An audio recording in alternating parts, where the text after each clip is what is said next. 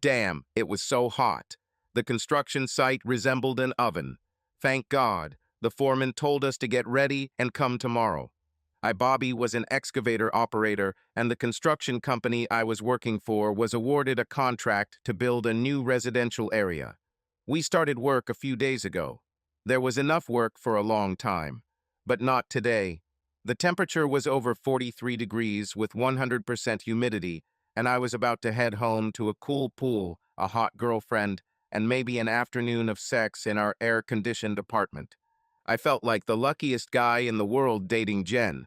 We were childhood sweethearts and moved in together when we turned 18. I started working on an excavator right out of school, and Jen was studying to be a nurse. She was in the last semester of her senior year, and then we were going to make a lot of money. My salary was good, but Jen, as a nurse, had to earn more, since there was a great demand for their profession.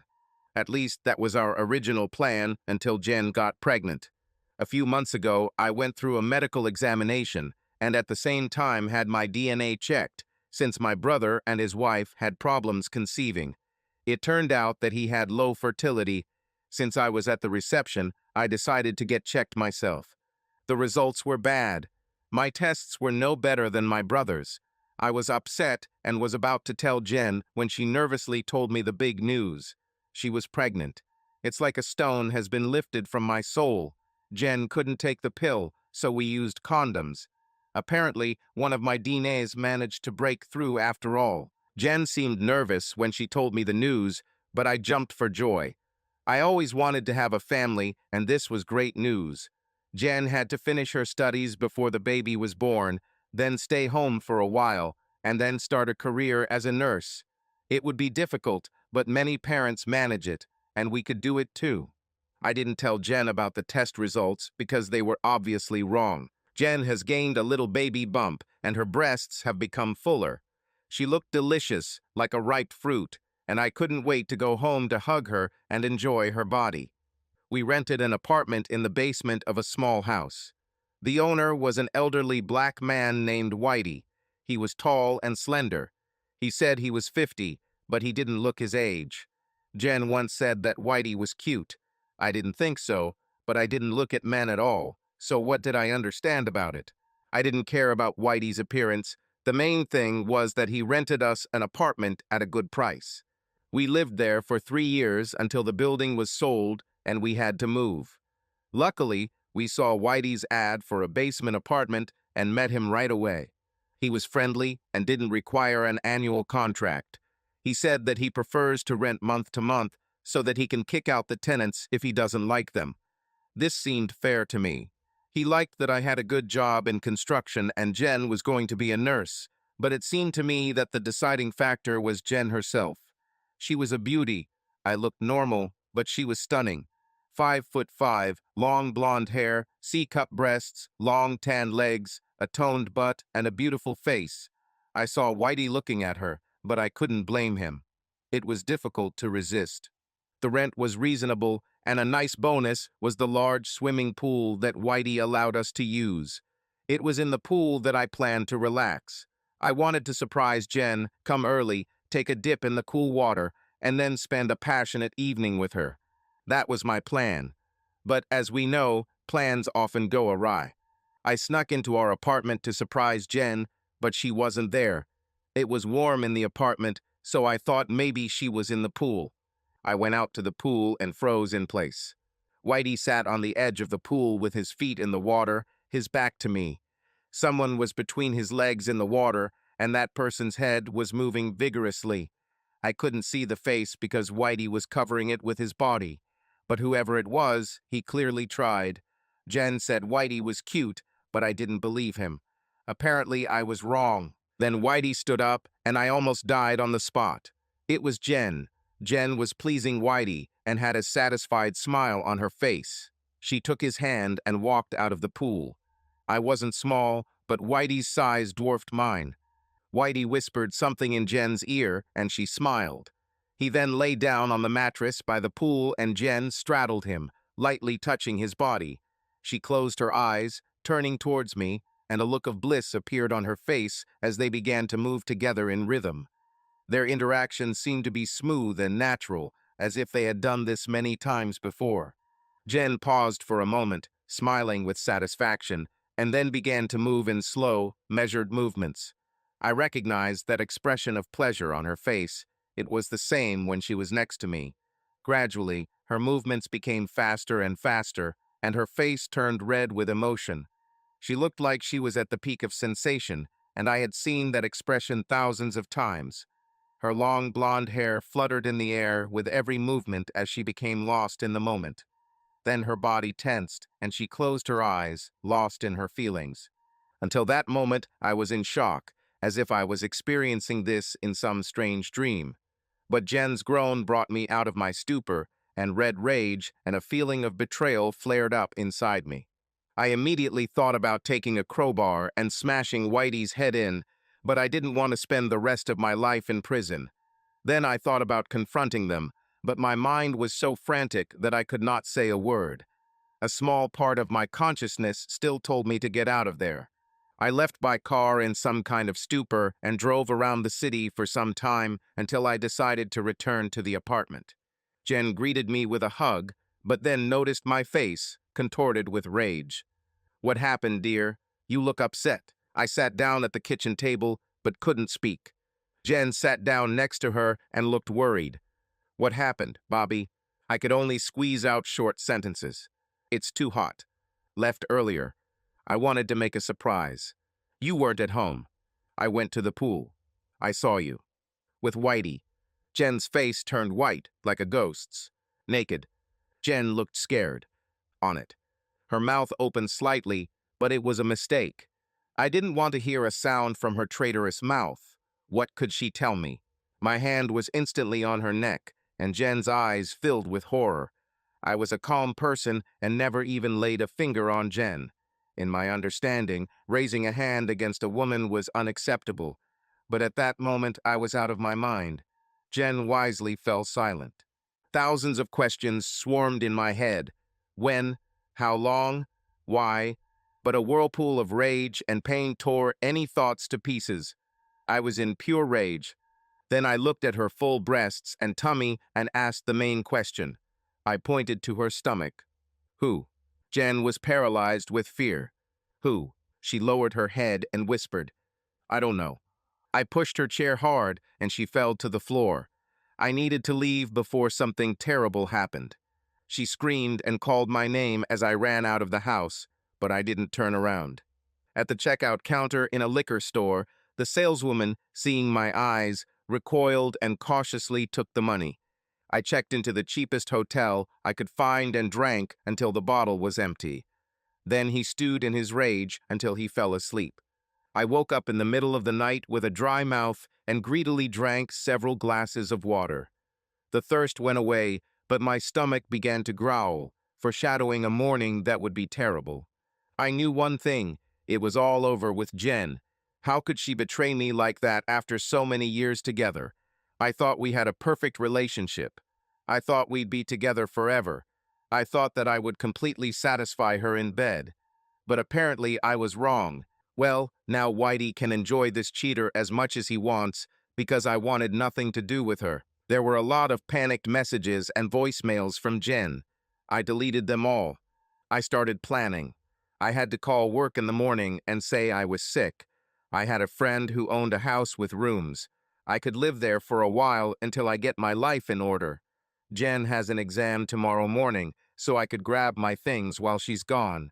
I had no desire to listen to her whining. The next morning, I went to the apartment, collected my things in garbage bags, and was ready to load them into my truck when someone knocked on the door. I ignored it a few times, but then I heard Whitey's voice. "I know you're there, Bobby. Open up. We need to talk." No, we had nothing to say. I opened the door and hit Whitey hard. He collapsed as if knocked down, and I stepped over his stunned body with bags in my hands and left. There was no lease to get rid of. Jen and I already had separate bank accounts. We were not married and had no joint debts, so it was easy for me to cut off all ties with her. I changed my phone number, and her annoying texts and voicemails disappeared. I would have to deal with Jen in the future if the baby was mine, but for now she was out of my life. Sometimes I saw her from afar and ignored her. One time her belly was huge, and the next time I saw her with a stroller and Whitey. I guess that meant I wasn't the father. And thank God, let Whitey deal with her. I saw Jen a few more times with Whitey and the baby, but I never saw him again. I never saw the child because he was always in a stroller. One day, I was sitting in an outdoor cafe with friends, drinking beer, and Jen walked by. She was wearing these tight sweatpants and a sports top, and she looked amazing. She had a baby girl strapped to her back, and she was the cutest baby I've ever seen. She had beautiful features with mixed black and white characteristics. She had a head of curly brown hair, light chocolate skin, a Jen nose, and green eyes. A real beauty, and then life took a turn again. I was on scaffolding, helping colleagues lift pipes, and fell. The main blow fell on the head, arm, and leg. My helmet saved my head, but I suffered a concussion, broke my leg in several places, and injured my arm. I had a long recovery ahead of me. The nurses changed every 4 days, and one day Jen showed up in a nurse's uniform. Apparently, she became a nurse after all. "Bobby?" Jen said in surprise, looking a little wary. Then she saw my condition. "What happened to you?" I told her what happened, and that seemed to calm her down as she realized I wasn't going to attack her. It was actually nice to see her. She looked good and was pleasant to talk to. When we finished talking, she smiled. "Well, now you are in my hands for the next few days, and I will try to take good care of you." Then she went to the next patient. I used her visits to see how she was doing. She had been working as a nurse for over a year and loved her job, but was having a hard time balancing it with caring for Delilah. I asked if Whitey was helping, and a sad look appeared on her face. Whitey helped a little, but he died 6 months ago of a heart attack. I felt sorry. Not so much Whitey, but her. I didn't want to upset her. "Sorry, everything is fine. You didn't know." I remembered seeing Jen with her daughter. "I once saw you with your daughter. She rode on your back." She smiled. "I know. Is it true? Why didn't you stop then?" She looked into my eyes. "Would you talk to me?" "Yes. Your daughter is very sweet, and you know I love children." She looked at me again and smiled mysteriously. "Then I'll stop next time." She turned to leave. "Bye, Bobby. I need to take care of other patients too." I was a little sad when Jen's shift ended after 4 days. I wasn't supposed to see her for a few days, but she gave me a big smile when she came back again, which lifted my spirits. I looked forward to her visits. She still looked great and was a pleasure to talk to. I always asked her about Delilah, and it made her smile big. It turned out that Delilah was already 3 years old, potty-trained, a talker, and had the vocabulary of a 10-year-old. One day, after talking about Delilah, I felt a little sad. I suddenly realized that I would never have my own child. Jen noticed the change in my mood. "What's happened?" I didn't want to say anything because I was enjoying our conversations and didn't want to go back to the past. But she insisted. "Bobby, what happened?" She smiled. "You are my patient, and it is my job to take care of your needs." I felt sad at the thought that I would never have my own little daughter. She tried to cheer me up. "There will be more. You just need to meet the right person." Unfortunately, it doesn't matter who I meet. I'm infertile. I didn't know about this. "I'm sorry, Bobby. I know how much you love children." "How did you know?" "I had a medical examination several years ago and took a test. This was when David and Julie were unable to conceive. I wanted to make sure I was okay." Jen's brow furrowed as she tried to remember. "Hey, I remember you talking about this. When did you do this?" "Even before we broke up." Jen looked puzzled. "I don't remember you telling me." "I was going to, but you beat me to it when you told me you were pregnant. After that, there was no point in talking about the test. I decided it was wrong since you got pregnant. This meant that my tests were fine." Jen's expression gradually changed from happy to curious to worried and finally upset as I answered her questions. Our conversation brought her back to the memories of how she cheated on me. She looked at me with obvious regret. "Sorry, Bobby. I'm so sorry." Then she left. The next morning, Jen looked tense. I assumed she was still worried about our conversation. I enjoyed her visits and didn't want to dwell on the past. I wanted to see Jen cheerful. Jen, about yesterday. She looked upset. Sorry, Bobby. I shouldn't have bothered asking questions. Jen, I'm not mad, okay? It's in the past. I enjoy your visits and want to see my cheerful nurse. Fine. She looked relieved. Then tell me the latest news about Delilah. Jen perked up and proudly told me about her daughter's new accomplishments. Before leaving, she turned around and smiled. Thank you, Bobby. Jen was the one who brought the good news. I was being released from the hospital in 2 days. True, I had many physical therapy sessions ahead of me for my arm and later for my leg when the cast was removed.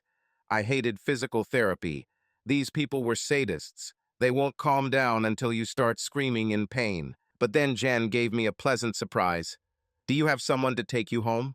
I lived in a small studio apartment because I quickly got tired of communal housing, where I had to use a shared shower and scary people would drop in from time to time. I was going to call a taxi. Tomorrow is my day off. Do you want me to take you home? I can take Delilah with me so you can meet. My face lit up. The idea of going with Jen was great, and seeing Delilah was even better. I've heard so much about her. That would be great, Jen. I can't wait to meet her. Jen smiled. She wants to meet you too. I frowned in surprise. How does she know about me? Jen smiled slyly and left. I wonder if she told Delilah about me. Delilah turned out to be a miracle. I loved her curly brown hair and beautiful skin tone, and she didn't shut up for a second. Mommy says you grew up together. Mommy said that you used to be good friends. Mommy said you were badly hurt, and she took care of you. I like that Mommy helps people, but I don't like it when she works late, because then I fall asleep without waiting for her. Now it was my turn to ask questions.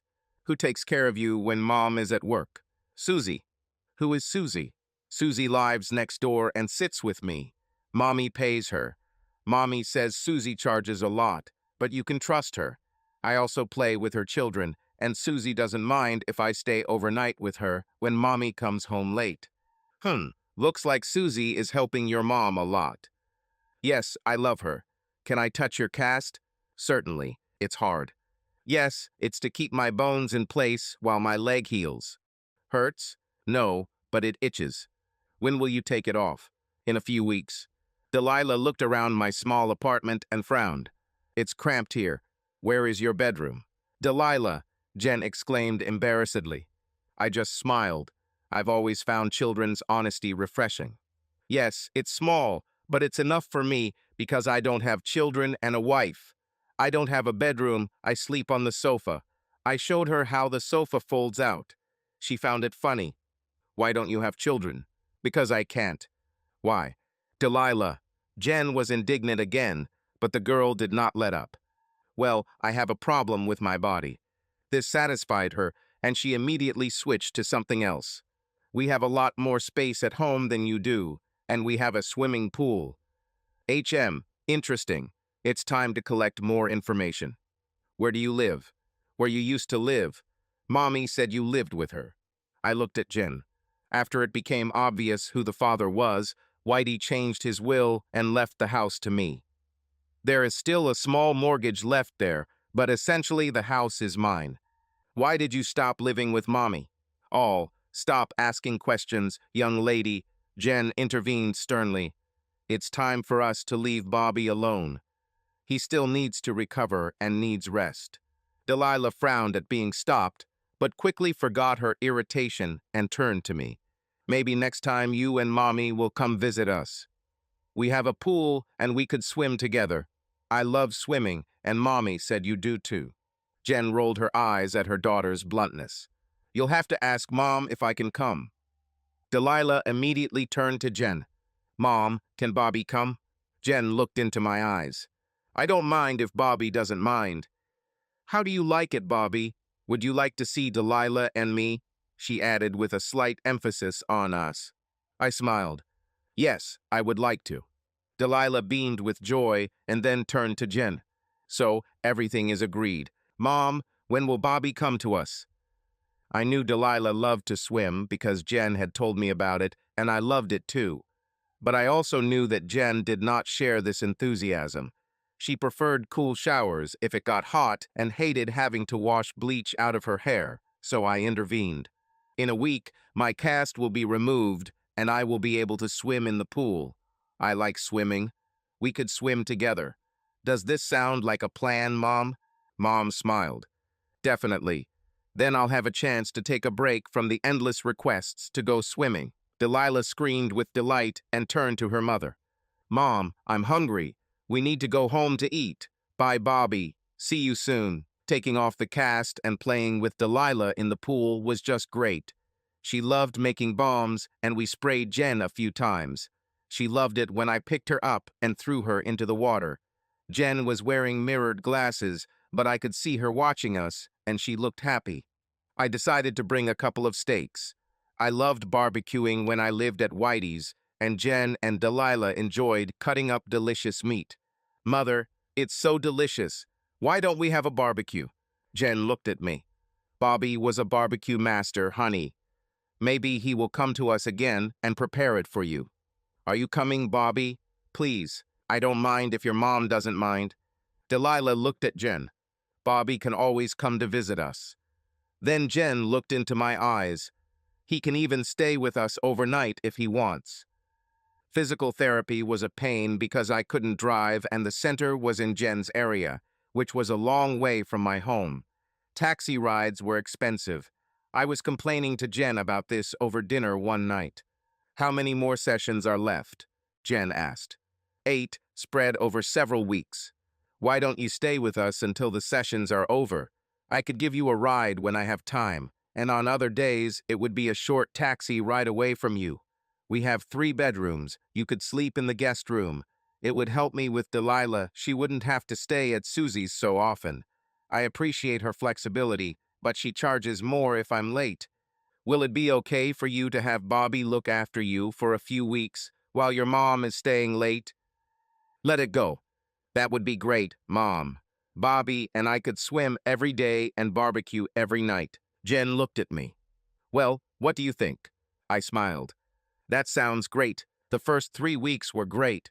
Jen drove me to physical therapy when she could, and other days it was a short taxi ride away. Delilah and I swam every day, and she fell asleep without a second thought after such activity. I helped prepare and get Delilah ready in the mornings. I even read her stories before bed. When we were together, I felt like part of the family, and it was nice. Susie then told Jen that her family was renting a cottage for the week and asked if Delilah could come with them. Jen agreed, and Delilah jumped for joy when she found out. I started packing my things to go home after Delilah left. Jen noticed this. What are you doing? I'm coming home. It was great, but Delilah is gone, so I should probably leave. You still have a week of physical therapy, right? Yes, but there are only 2 sessions left. It's okay to take a taxi twice, but thank you for driving me around and letting me stay. I love Delilah.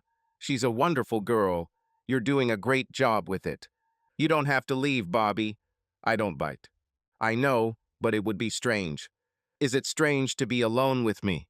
I didn't say anything, but Jen understood. This is true. Staying with Jen in the place where everything happened could bring back bad memories. You could still sleep in the guest room.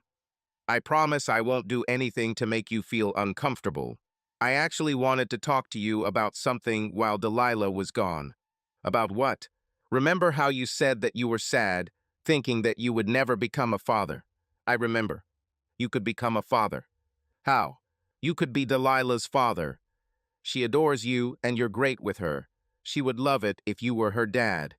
I adore her too, but it's because of me, right? You still hate me for what I did. I didn't hate Jen, but I did sometimes. Jen, these 3 weeks with you and Delilah have been wonderful. You are still beautiful, playful, friendly, and loving, just like I remember. But sometimes I still see in my mind how you have sex with Whitey, how satisfied you look, and anger boils inside me. I still don't understand why you did this.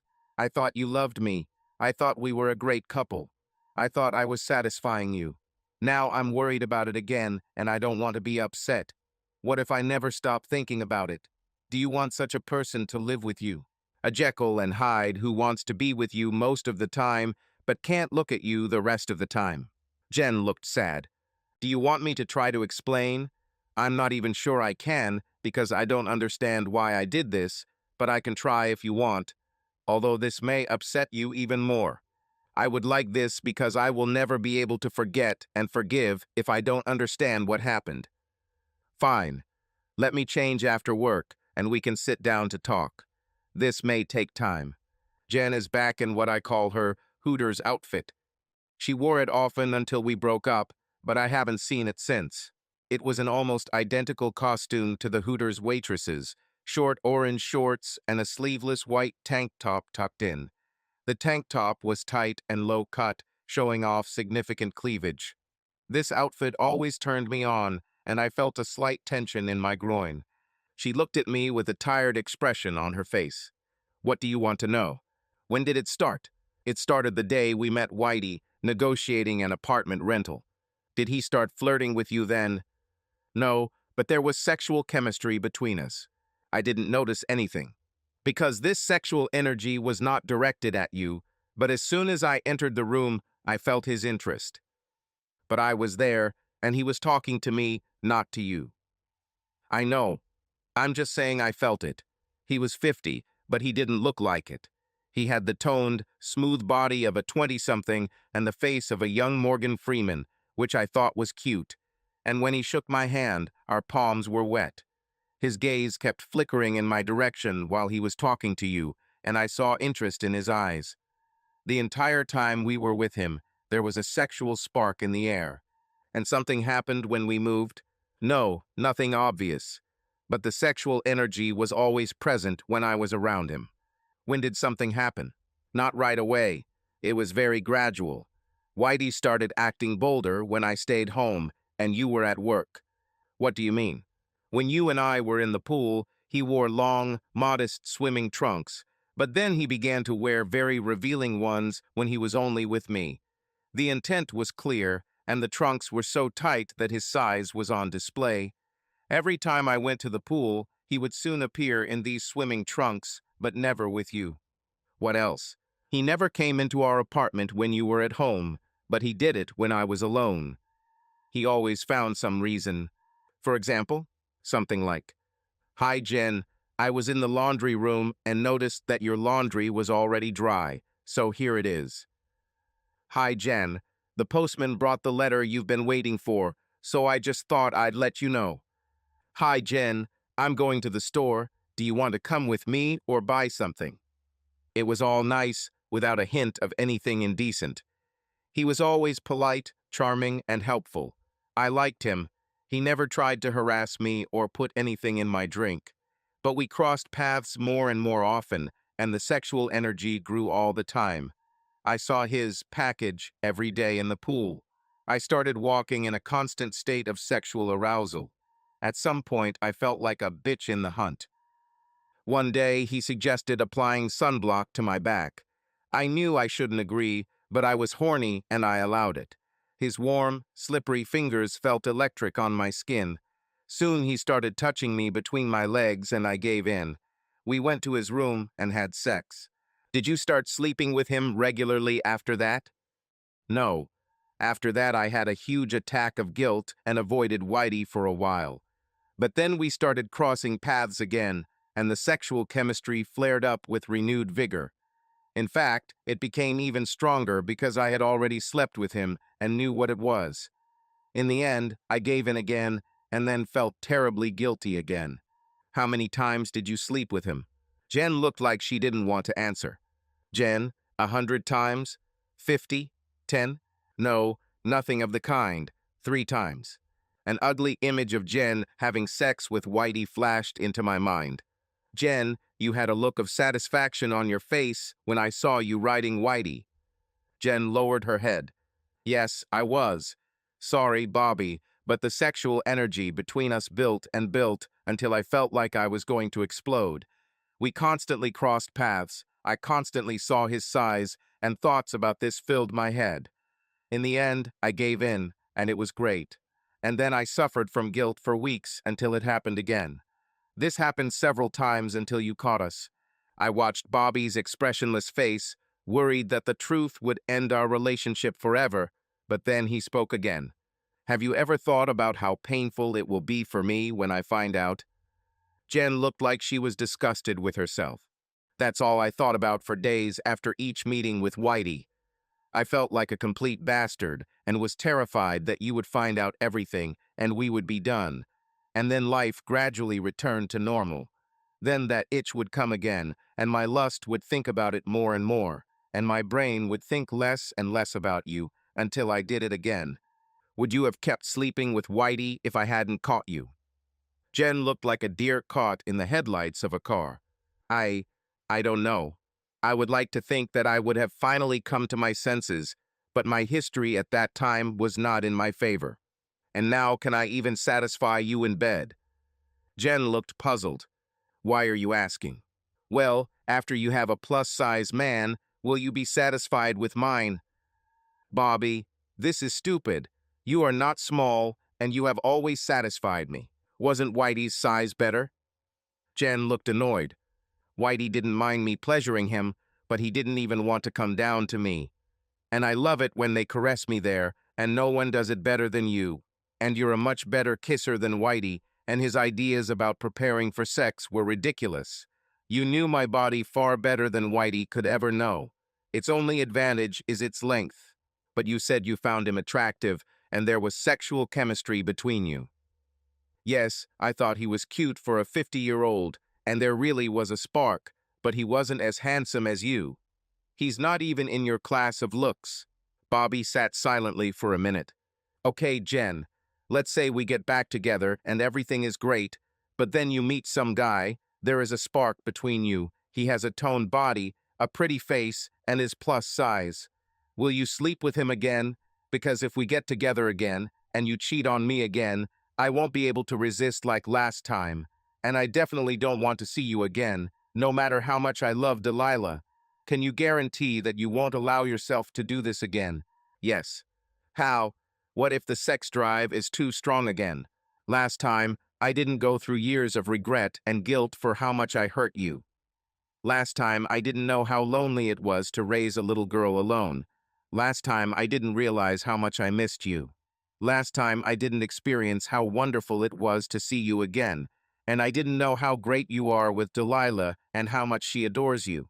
So if I meet someone and things start to happen between us, I won't care what size they are or how cute they are. I'll just remember everything I've experienced, both good and bad, and all the chemistry with the other person will disappear. And I never want to see that rage on your face again. Bobby silently digested my words. Did you sleep with Whitey after I caught you? Jen laughed. No. What's so funny? Well, after you caught me, the sexual heat just disappeared. I was emotionally broken for hurting you and completely destroyed when you wouldn't talk to me, and I knew it was the end. Years of our love were poured into the trash. Then I got mad at Whitey. You can always tell by my face when I'm upset, right? Certainly, it's obvious. But for Whitey, it was not obvious. He kept trying to get me back into bed until I exploded. Wow, it's good that I wasn't in his place. Jen had a pretty strong temper when she was angry. And then I started getting toxicosis. It was terrible. Sex was the last thing I could think about. Then I became huge, and my interest in sex completely disappeared. Whitey got angry when he realized he wouldn't get any more sex from me, and that made me even angrier. He is not the one who carried this beach ball on himself. Then I gave birth to Delilah, and I was exhausted for months. Was reluctant to accept Delilah as his daughter, but his idea of what it meant to be a father was no match for yours. You've spent more time with Delilah in the last few weeks than has in her entire life. It didn't help me at all. I was still living in the basement, and I wouldn't agree to move in with Whitey, which made him angry because he wanted to rent out the basement. But I saw you and Whitey hanging out with Delilah a few times. Yes, sometimes I took him out for a walk or to the store because I didn't have a car and he didn't want to be alone with Delilah. Can you imagine? With my own daughter, and then he died. Of course I was sad that he died. He was too young. I was shocked when I found out that he left the house to me. We sat in silence for a few minutes, then Jen asked, "Do you have any more questions?" "Not yet." "Did this help you?" "Yes. Thanks, Jen. At least now I know what happened. I appreciate your honesty." "Listen, Bobby, I just want you to know that I'm not trying to justify what I did because there's no excuse for it. An adult woman should be able to control herself and not cheat on her man." "Thank you, Jen." Jen sighed and stood up. "Good night, Bobby. Let me know if you have any more questions." "Thank you, Jen." I felt much better finally knowing what happened, and now I knew exactly what I wanted. I want to be with Jen again and be the father of a wonderful girl.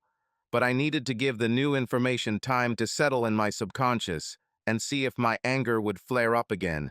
Sigh. From the moment Bobby showed up at the hospital, everything was going so well. I was surprised when I saw him and nervous, not knowing how he would react, but he seemed happy to see me. Our conversations were light, and I felt there was still a physical attraction between us. He lit up every time he saw me, showed great interest in Delilah, and kept asking about her. Delilah and Bobby hit it off instantly, and he was so natural with her. And then he started coming to me. And then this began to happen more and more often.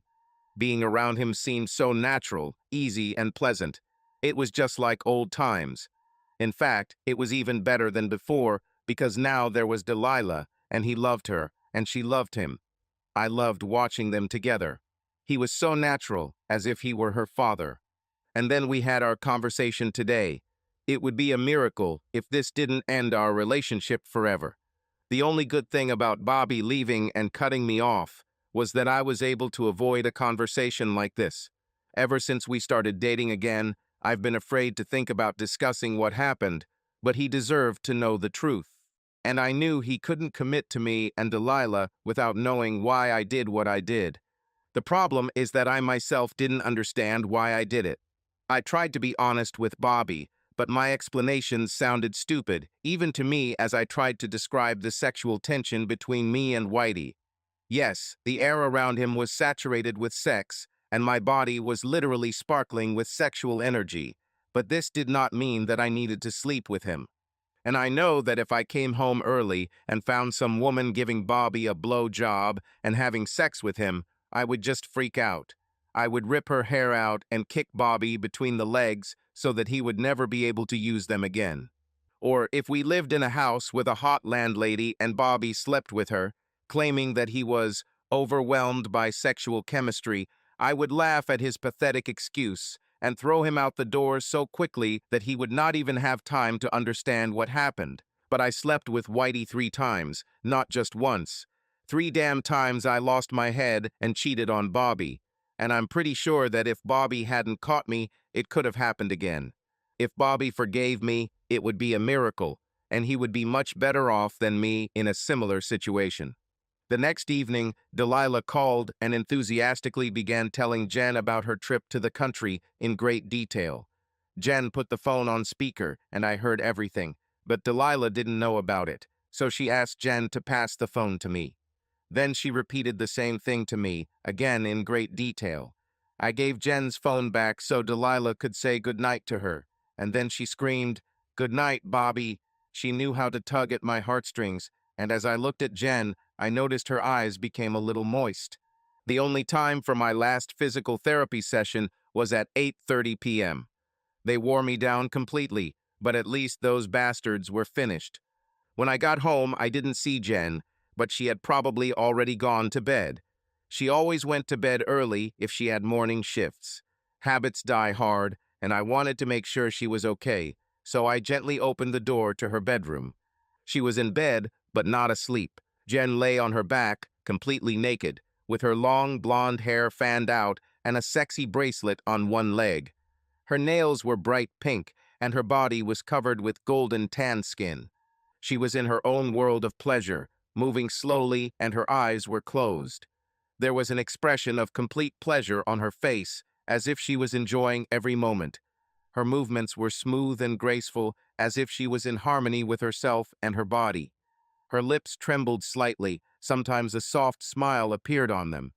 It seemed that her entire being was permeated with this feeling of satisfaction, and every breath was full of peace and pleasure. I could not take my eyes off her graceful movements, her relaxed and contented face, from which peace and deep joy emanated. My senses had been aroused ever since she put on her Hooters outfit. All day long, there was a special confidence and playfulness in her image, and this constantly awakened a wave of admiration and desire in me. Now I felt this excitement intensify, watching her relaxed and happy smile.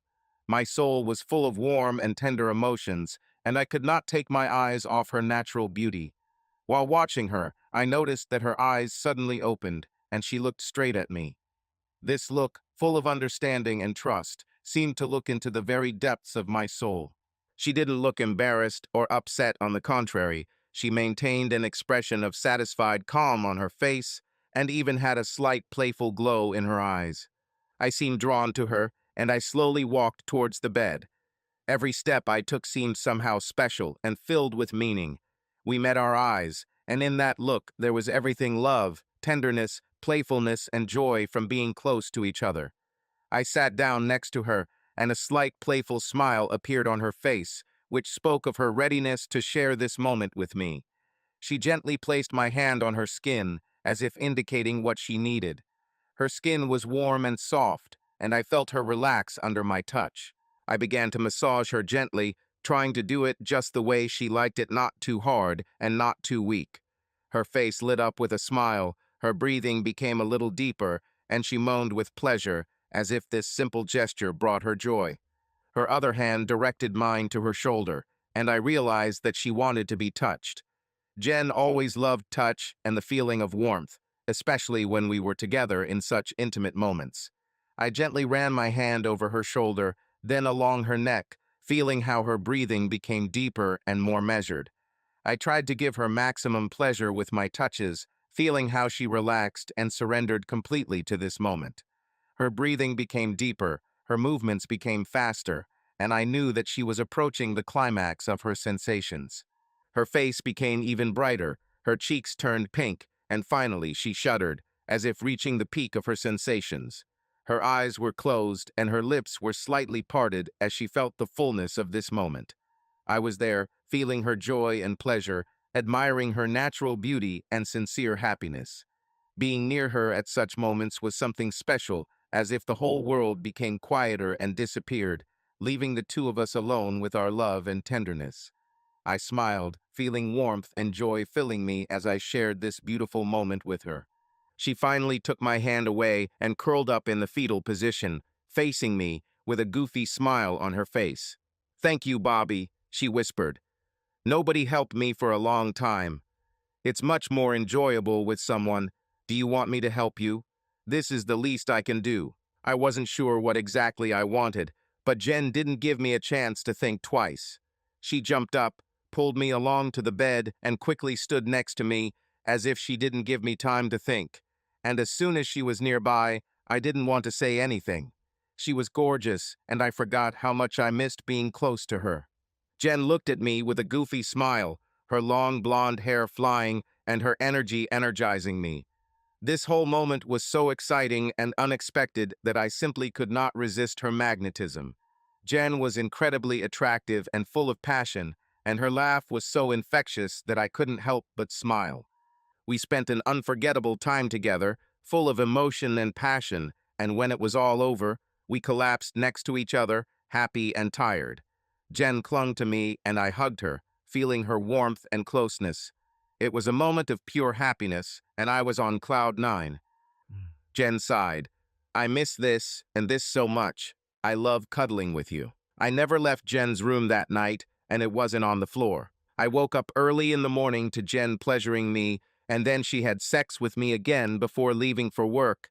I had already forgotten how nice it is to wake up like this. Jen's eyes lit up when she saw me lying on her bed that night, naked, pleasuring myself. It didn't take long for her to join me, and I spent the rest of the week in her bed. It was great, and then Delilah returned. It's time to make a decision.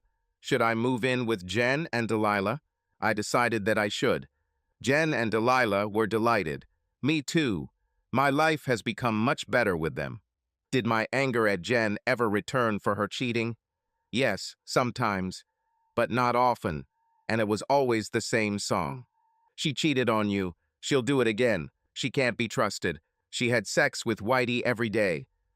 She's a lying bitch. He who cheats once always cheats. Blah, blah, blah. It seemed that this part of my brain was only happy when I was angry and unhappy.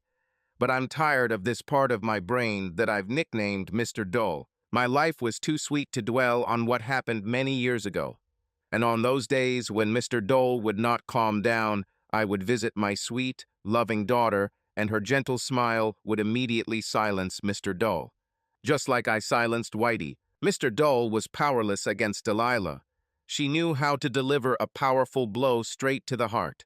Subscribe to our channel so that your love doesn't cheat on you, and go ahead and listen to the next story, because this story is nothing compared to the next one. If you're under 18, don't even think. Click to the next one. Click to the next one. Click to the next